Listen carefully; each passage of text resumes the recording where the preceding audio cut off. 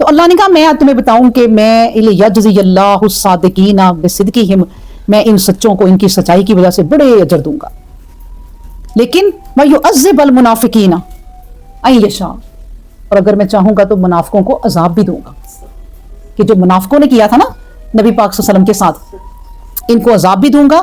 پھر کہا او یا یتوب علیہم، ان کی طرف توبہ میں ان کی توبہ بھی قبول کر لوں گا، میں رحم بھی کر سکتا ہوں، کیوں؟ ان اللہ کان غفور الرحیم، غفور الرحیم، اللہ بڑا غفور ہے، بڑی بخشش کرنے والا ہے اور بڑا رحم کرنے والا ہے۔ اگر ان منافقوں میں سے اپنی زندگی میں کوئی توبہ کر لیتا ہے اور اللہ سے معافی مانگ لیتا ہے تو میں انہیں معاف بھی کر دوں گا، اللہ نے کہہ دیا، تو میں معاف بھی کر دینے والا ہوں، لیکن میں سچوں کو ان کی سچائی کی وجہ سے بڑے اجر دوں گا۔ ان کے نا جو صادقین ہوں گے نا، ان کے الگ ہی محل ہوں گے، ان کی ایک الگ ہی دنیا ہوگی، ان کی الگ ہی جنت ہوگی۔ لیتے نا تو باہر ہی لکھا ہوتا ہے کہ یہ سکیم ہے، تو یہ وادی ہے، تو وہاں پر بھی نا ان کی جنت میں داخل ہونے سے پہلے باہر بڑا موٹا سا لکھا ہوگا صادقین، یہ سچوں کی جنت شروع ہونے لگی ہے، ان کے الگ ہی تحفے ہوں گے۔ اللہ نے کہا سچوں کو میں ان کی سچائی کی وجہ سے بڑی اس کے بعد ان کو انعامات میں دوں گا، اور کافروں کو میں سزا بھی دوں گا اگر میں چاہوں گا تو۔ اللہ اکبر۔ پھر اس کے بعد ہے کہ ورد اللہ الذین، آیت نمبر 25، ورد اللہ الذین، اور پھیر دیا اللہ نے کافروں کو، وہ لوگ جو کافر تھے ان کو پھیر دیا، کیسے؟ بغیظہم، ان کو غصے میں۔ اچھا کتنے غصے میں تھے یاد ہے نا؟ 10,000 کا لشکر ابو سفیان کا کتنے غصے میں تھا کہ ہم مسلمانوں کو تباہ و برباد کر دیں گے، ایک مسلمان نہیں چھوڑیں گے۔ بنو قریظہ کے یہودیوں کو بھی انہوں نے اپنے ساتھ ملایا کہ بھائی ہمارے ساتھ مل جاؤ، تمہیں نہیں پتا ہم کیا کرنے لگے ہیں مسلمانوں کا۔ کتنا انہیں غصہ تھا نبی پاک صلی اللہ علیہ وسلم پہ اور مسلمانوں پہ۔ تو اللہ نے کیا کہا؟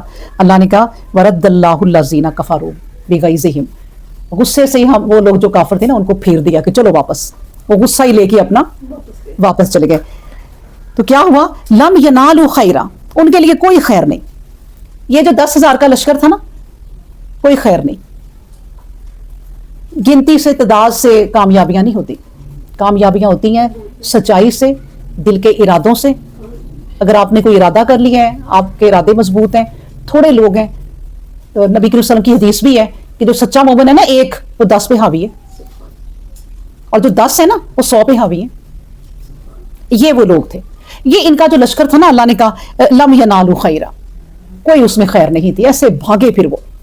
ابو سفیان نے آرڈر کیا کہ نکلو، اس ہوا نے ہماری مت مار لی، ہمارے خیمے اکھڑ گئے اور کہیں اڑ گئے، ہمارے کھانے دیگیں سب الٹ گئے، پینے کو پانی نہیں رہا۔ تو اس لیے اللہ نے کہا کوئی ان کی خیر نہیں ہوئی جو 10,000 کا لشکر لے کے جو آ گئے تھے۔ بس بات یہ ہے کہ وَكَفَ اللَّهُ الْمُؤْمِنِينَ، اللہ مومنوں کے لیے کافی ہو جاتا ہے القتال، جنگ میں۔ وَكَانَ اللَّهُ قَوِيًّا عَزِيزًا، اور اللہ بڑی قوت والا اور غلبے والا ہے۔ غلبے والا جو ہے نا وہ اللہ ہی ہے، وہی اللہ بتا رہے ہیں کہ دیکھیں حسبنا اللہ ونعم الوکیل، بس کہا کرو میرا اللہ ہی میرے لیے کافی ہے۔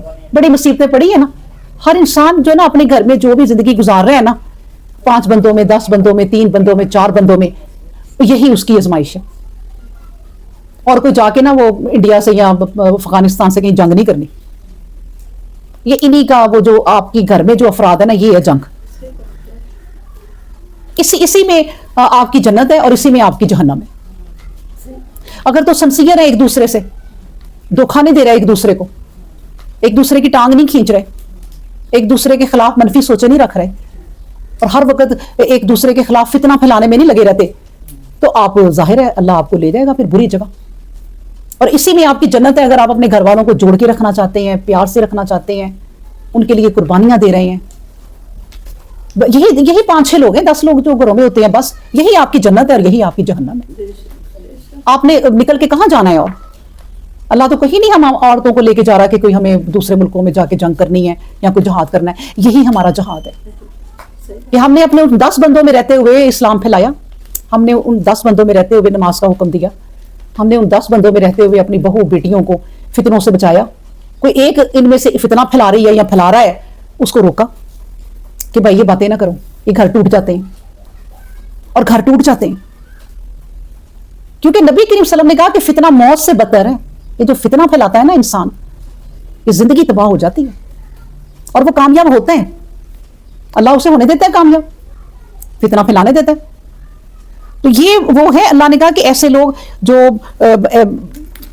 لوگ جو اپنی چیزوں کو سنبھالتے ہیں، جو اپنے گھروں کو سنبھالتے ہیں، وقف اللہ المومنین، تو ایسے لوگوں کے لیے اللہ کافی ہے.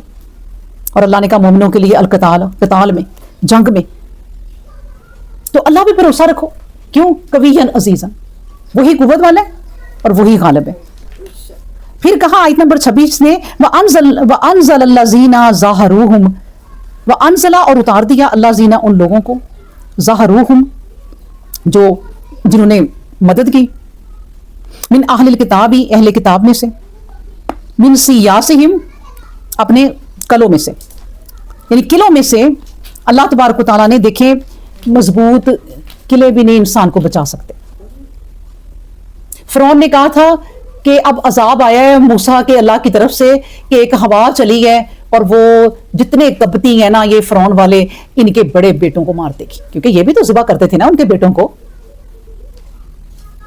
تو فرعون نے کہا کہ جو ہوا چلی ہے وہ میرے بیٹے کو نہیں مار سکتی. وہ محل کے اندر اندر اندر اندر پتہ نہیں کتنے کمرے میں اینڈ پہ جا کے اس نے اپنے بیٹے کو رکھا تھا کہ اب نہیں آ سکتے موسیٰ کے رب کی ہوا یہاں نہیں آ سکتی. وہ کتنا بڑا محل تھا، ہوا وہاں بھی چلی گئی تھی اور جا کے ٹچ ہوئی اور وہ مر گیا. تو موسیٰ کی، فرعون کی بیوی نے کہا کہ تیرے سارے خدا جھوٹے ہیں، موسیٰ کا خدا سچا ہے. جس کو اللہ نے ہدایت دینی ہوئی، دیکھیں اس کو ہدایت دینی تھی تو اس نے کیسی بات کی، بجائے کہ وہ موسیٰ کو گوشت دی کہ موسیٰ کے رب نے میرے بیٹے کو مار دیا. اس نے کہا بھائی اس کا رب سچا ہے. دیکھیں جس کو ہدایت دینی ہو اللہ نے، اس نے کیسی منہ سے بات نکالی. تو اسی طرح یہ جو قلعے ہیں نا، قلعے اللہ نے کہا یہ جو قلعے انہوں نے بنائے ہوئے تھے ہم نے ان کو پھیر دیا. ظاہروہم، ہم نے انہیں پھیر دیا، من اہل الکتاب، جو اہل کتاب تھے، یہودی جو تھے، من سیاسہم، ان کے قلعوں سے، وَقَذَفَ فِي قُلُوبِهِمْ، اور ڈال دیا ان کے دلوں میں الرعب، اور فریقاً تقتلون، ایک فریق کو تم نے قتل کیا، ایک گروہ کو، وَتَأْسِرُونَ فریقا، اور ایک گروہ کو تم نے قیدی بنا لیا. کیا اللہ نے تمہیں ان پہ برتری دی. ماشاءاللہ. یہ اللہ تبارک و تعالیٰ، دیکھیں یہ واقعہ کیا ہوا، بڑا پیارا یہ بھی واقعہ ہے. اب نبی کریم صلی اللہ علیہ وسلم، وہ یہ جنگ ختم ہوئی، جنگ خندق، وہ ابو سفیان اپنی فوجوں کو لے کے واپس چلا گیا. اب نبی کریم صلی اللہ علیہ وسلم بھی واپس آ گئے. نبی کریم صلی اللہ علیہ وسلم آ کے نا اپنا وہ اوزار سارے اتارے ہیں اور ایزی ہوئے ہیں، جیسے ہم گھر آ کے ایزی ہوتے ہیں، چلو جی شاور لیں، کپڑے ہلکے پہنے. تو نبی کریم صلی اللہ علیہ وسلم نے بھی یہ کچھ کرنا چاہا. ابھی اپنے اوزار اتار کے رکھے تھے تو جبرائیل علیہ السلام آ گئے. جبرائیل علیہ السلام ایک خچر پہ سوار ہو کے آئے اور کوئی بڑی ریشمی گدی کہتے ہیں ان پہ پڑی ہوئی تھی، جس پہ بیٹھ کے آئے اور کہا نبی کریم صلی اللہ علیہ وسلم ابھی آپ ریڈی رہیں جنگ کے لیے، یہ اوزار پہن لیں. اللہ کا حکم آیا ہے کہ آپ چلیں بنو قریظہ کی طرف. یہ جنہوں نے بنو قریظہ جنہوں نے بے ایمانی کی تھی نبی کریم صلی اللہ علیہ وسلم سے، یہ جنگ خندق میں، کہ اپنے عہد سے پھر گئے اور یہودیوں کے ساتھ ہو گئے. اور رہتے کہاں تھے؟ مدینے میں. مدینے کے اندر رہتے ہوئے انہوں نے نبی کریم صلی اللہ علیہ وسلم کو وہ ٹینشن دی کہ نہیں آپ کے گھر کے افراد ہی نکل آئے دشمن تو آپ کیا کریں گے. یہ ہوا تھا کہ گھر کے افراد ہی دشمن نکل آئے آپ کے. تو جبرائیل علیہ السلام نے کہا نبی کریم صلی اللہ علیہ وسلم یہ اوزار دوبارہ پہن لیں. نبی کریم صلی اللہ علیہ وسلم نے سب کو حکم دیا کہ ابھی بنو قریظہ کی طرف جانا ہے، حملہ کرنا ہے. اور 10 پتہ نہیں کتنے دن مجھے یاد نہیں ہے ان کے قلعوں کا محاصرہ کیے رکھا. اب پھر دیکھیے ابھی ریسٹ بھی نہیں کیا، اگلے پھر جنگ اور پتہ نہیں کتنے دنوں کی، اور کتنے دن ان کے قلعوں کا محاصرہ کیے رکھا، ان کے باغوں کو اجاڑ دیا اور ان کے باہر سے چیزوں کو تباہ کر دیا جو اللہ کا حکم تھا. یہ نبی کریم صلی اللہ علیہ وسلم نے اور ان کی فوج نے آخر وہ جب محاصرہ کیے رکھا تو وہ اندر تنگ آ گئے.